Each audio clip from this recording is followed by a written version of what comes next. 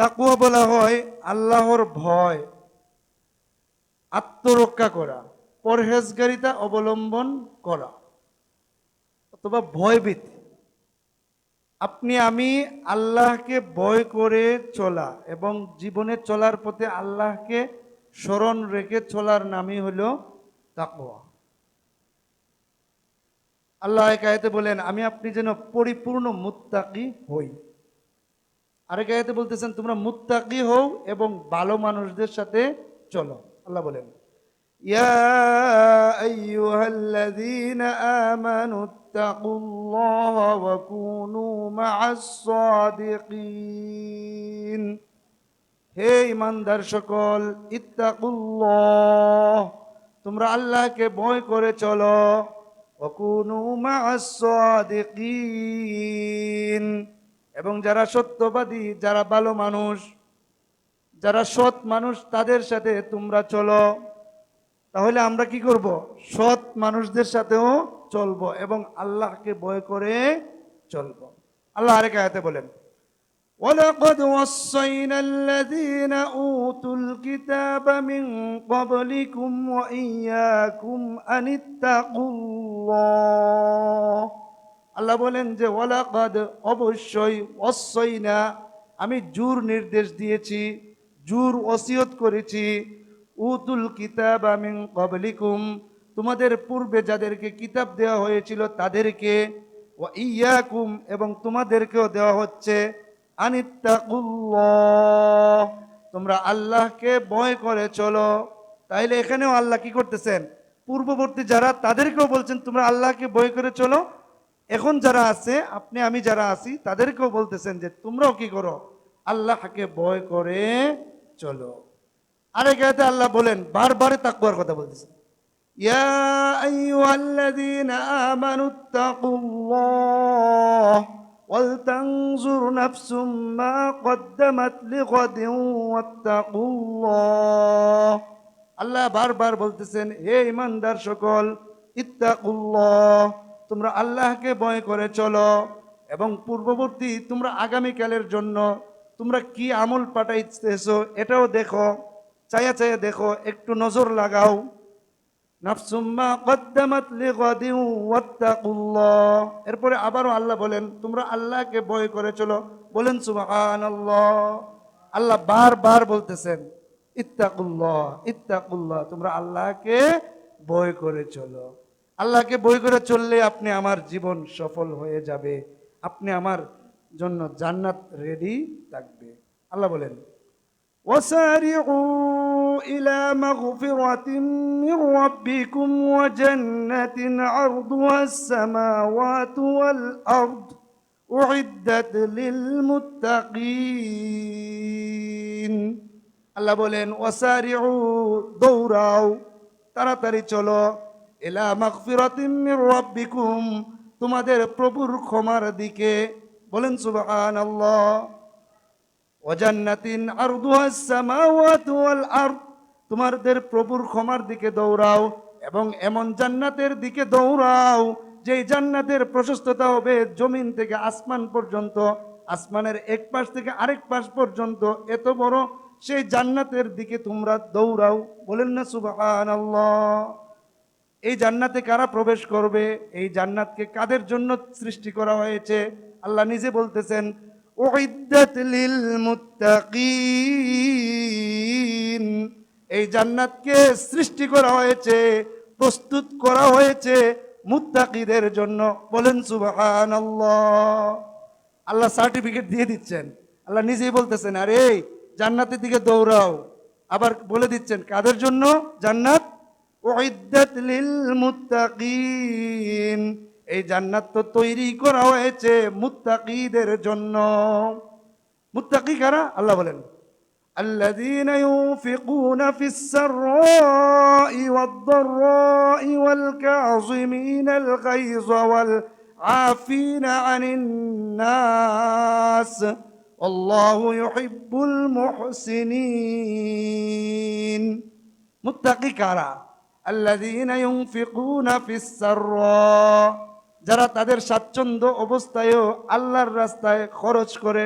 বলেন সুবহানাল্লাহ।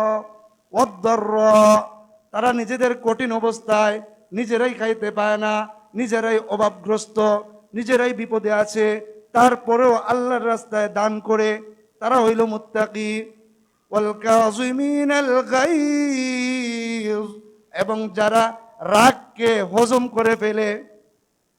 আল্লাহ নবী সাল্লাল্লাহু আলাইহি ওয়াসাল্লামের অন্য হাদিসে আছে, পৃথিবীতে সবচাইতে গলত করণের মধ্যে উত্তম গলত, মানে গলার মধ্যে ঢুকিয়ে দেওয়া, সেটা হইল রাগ। কেউ যদি রাগকে হজম করে, সে হইল প্রকৃত মুত্তাকি। বলেন সুবহানাল্লাহ। রাগ হজম করে নেওয়া। ওয়াল আফিনা আনিন নাস, আর যারা মানুষকে ক্ষমা করে দেয়, তারাই মুত্তাকি। আল্লাহু ইউহিব্বুল মুহসিনিন, যারা মুহসিনিন, যারা দয়াশীল, যারা ভালো মানুষ, তাদেরকে আল্লাহ তাআলা নিজে ভালোবাসেন। বলেন সুবহানাল্লাহ।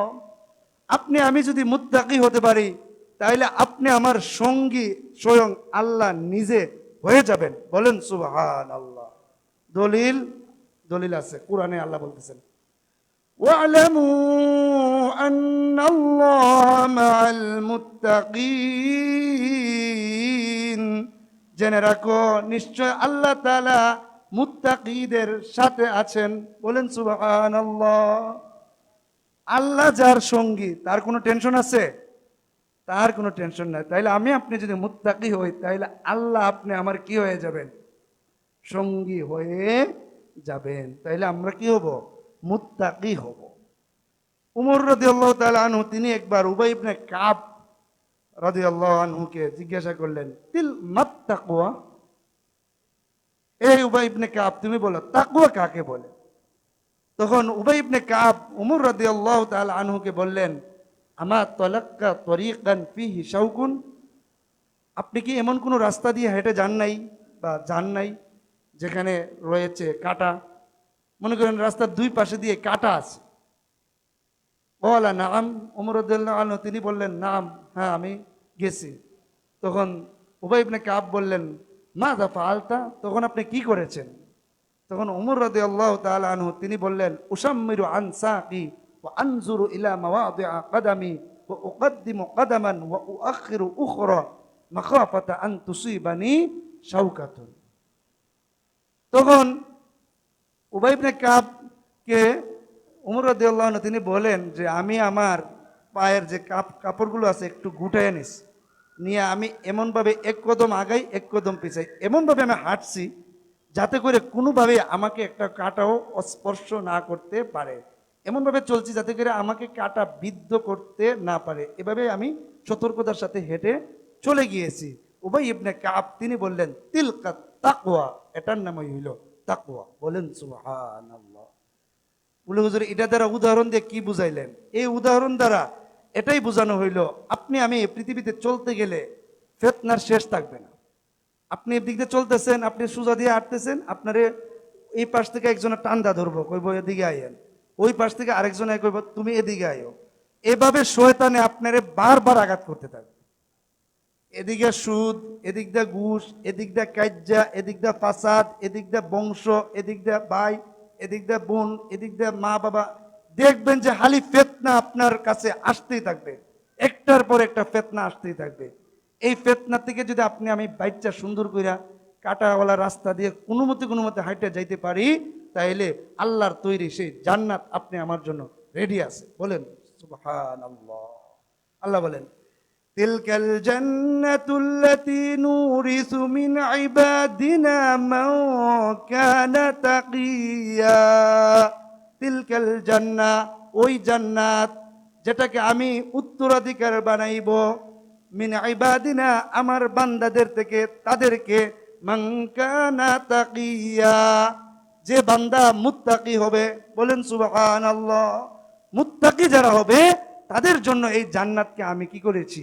বানিয়েছি। তাদেরকে আমি এই জান্নাতের উত্তরাধিকার, জান্নাতের ওয়ারিস বানিয়ে দেব। বলেন সুবহানাল্লাহ। আরেক সংজ্ঞা দেনওয়ালা তিনি বলেন যে, আল্লাহ ইয়ারাকাল্লাহু হাইসু নাহাকা ওয়া আল্লাহ ইয়াফকুদুকা হাইসু আমারাক, যে আপনি আমাকে আল্লাহ যেন ওই জায়গাতে না দেখেন যেখানে নিষেধ করেছেন। কথাটা বুঝছেন নি? মানে আপনি আমাকে যেন আল্লাহ ওই জায়গাতে উপস্থিত না দেখেন যেখানে আল্লাহ নিষেধ করছেন। মানে আল্লাহ কইছে যে তোমরা গানে যাইবা না এবং অবৈধ কাজ করবা না।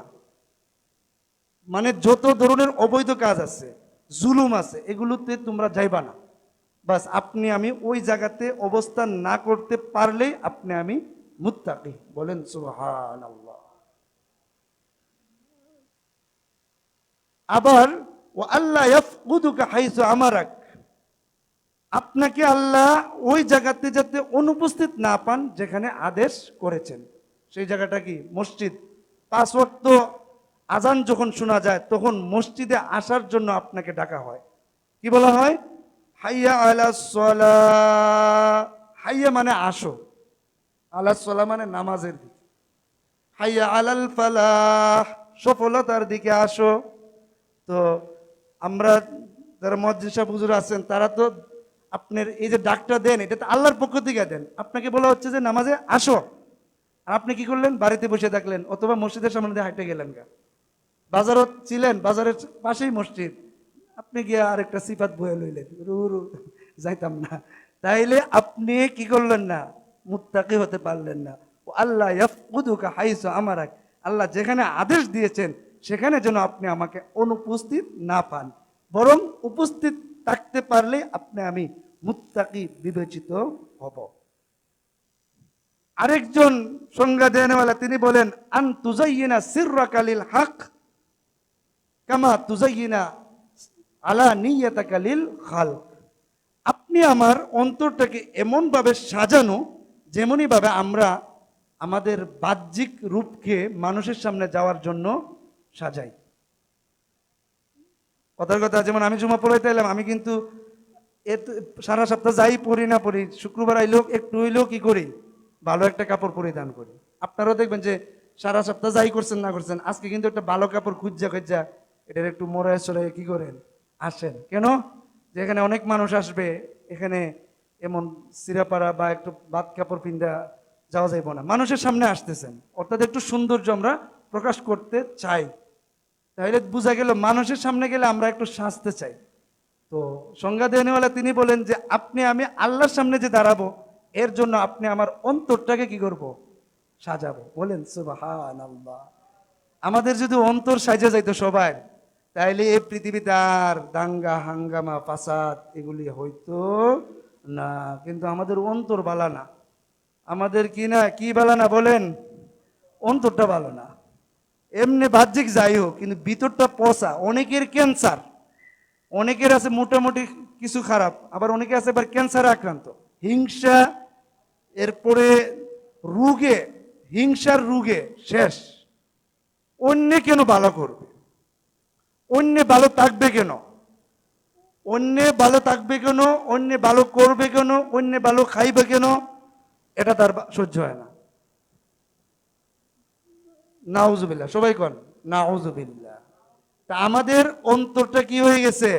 পচে গেছে। এ কারণে এই সংজ্ঞা দেনওয়ালা তিনি কি বলেন? আন তুজাইয়িনা সিররাকা লিল হক, তুমি তোমার প্রভুর জন্য তোমার অন্তরটাকে সাজিয়ে নাও। কামা তুজাইয়িনা আলা নিয়াতাকা লিল খালক, তুমি যেমন তোমার বাহ্যিক রূপকে মানুষের সামনে প্রকাশ করার জন্য সুন্দর করে সেজে যাও। আরেক সংজ্ঞা দেনওয়ালা তিনি বলেন যে হিফজুন নফসি আম্মা ইউকসামু, নিজের নফসকে বাঁচিয়ে রাখা। ওনার নাম হইল রাগেব ইস্পাহানি। এই সংজ্ঞা দেন, অনেক সংজ্ঞা দেনওয়ালার নাম লেখা নাই কিতাবে, এই সংজ্ঞার নাম আছে যিনি দিছেন, ইনি হচ্ছে রাগেব ইস্পাহানি রাহিমাহুল্লাহ। উনি বলেন যে হিফজুন নফসি আম্মা ইউকসামু, নিজের নফসটাকে এমন কাজগুলো থেকে বাঁচিয়ে রাখা যেটা গুনাহ হয়। বলেন সুবহানাল্লাহ। গুনাহ থেকে যে কাজই গুনাহ হইব, যে কোনো পদ্ধতিতে আপনার গুনাহ হচ্ছে, এটার থেকে বাঁচার নামই হইল তাকওয়া। এটা কেমনে হয়? ওযালিকা বিতারকিল মাহজুর, এটা হয় নিষিদ্ধ জিনিস ছেড়ে দেওয়ার মাধ্যমে। ও তাতিম্মু যালিকা বিতারকি বাদিল মুবাহাত, কখনো কখনো এটা পরিপূর্ণ হয় কিছু জায়েজ জিনিসও ছেড়ে দেওয়ার মাধ্যমে। বলেন সুবহানাল্লাহ। কইবেন এটা আবার কেমনে হুজুর, জায়েজ জিনিস ছাড়তো কেন? মনে করেন আপনার এদিক দিয়ে একটা রাস্তার মোড়ে গান হচ্ছে, নর্তকী নাচাইতেছে। আপনি আমি যদি এদিক দিয়ে যাই তে মানুষে মনে করবো কি, হুজুর মনে হয় আমরা একটা গান টান মনে হয় নিয়ে আইছে, কথা বুঝছেন না? মানে আপনি আমি যেই যাই এর প্রতি মানুষ একটা ধারণা করবে, আরে ওই মনে হয় গানও গেছিল মনে হয়, তাইলে এদিক দিয়ে যাওয়া যায় যাচ্ছিল। কিন্তু ঘটনাক্রমে এদিক দিয়ে গেলে মানুষের একটা ধারণা আসবে কি, যে আপনি মনে হয় ওই কাজে গেছেন, সিনেমা হলের কাছে দিয়ে গেছেন। আপনি গেছেন নাকি? আসলে আপনি সিনেমা হলে যান নাই, কিন্তু মানুষের ধারণা ও এবারে মনে হয় সিনেমা হল থেকে বাইরে আইছে, বুঝছেন না? তাইলে জায়েজ ছিল, আপনার এদিকে যাওয়াটা কি ছিল, জায়েজ ছিল, কিন্তু এটাকেও ছেড়ে দেওয়াটা, এটার নাম হইল মুত্তাকি। বলেন সুবহানাল্লাহ। আরেক সংজ্ঞা দেনওয়ালা তিনি বলেন, মুত্তাকি হলো তিনি যিনি আল্লাহ ইয়ারা নাফসাহু খায়রাম মিন আহাদিন, উনার নিজেকে কারো থেকে উত্তম মনে করেন না। এটা তো অনেক সুন্দর একটা কথা। আমি কাউকে সবার থেকে নিজেকে উত্তম মনে করব না। যারা মনে করবে তারা মুত্তাকি না। এরা দেখেন না, কথা বুঝছেন, দেখায় যে আমি খুব ভালো। আসলে আপনি যে কি ভালো না ভালো এটা তো আল্লাহ দেখবেন। আপনি বলার দরকার, আমি বলার দরকার কি যে আমি খুব ভালো মানুষ, আমি এই পৃথিবীর এই গ্রামের সবচেয়ে ভালো মানুষ, আমি সব, এমন বলার দরকার আছে? এমন যারা বলবে এরা প্রকৃত মুত্তাকি না। নিজেরে নিজে যে বলে সে ভালো না, তো এমন একটা প্রবাদ আছে না, নিজেকে নিজে যে ভালো বলে সে তো ভালো না, মানুষে যাকে ভালো বলে সে আসল ভালো, এমন একটা প্রবাদও আছে। তো নিজেকে ভালো মনে করা দরকার নাই। ভালো মনে করলে মনে মনে করেন, কিন্তু মানুষের কাছে বলার দরকার নাই মাইক ফাটাইয়া যে আমি ভালো মানুষ আর সবাই খারাপ, এটা বলার কোনো দরকার নাই। তাইলে আপনি আমি কি হব, মুত্তাকি হতে পারবো। এমনই ভাবে আপনি আমি মুত্তাকি কখন হব, ইয়া তারকু হুজুজিন নাফসি ও মাবা নিয়াতিল হাওয়া।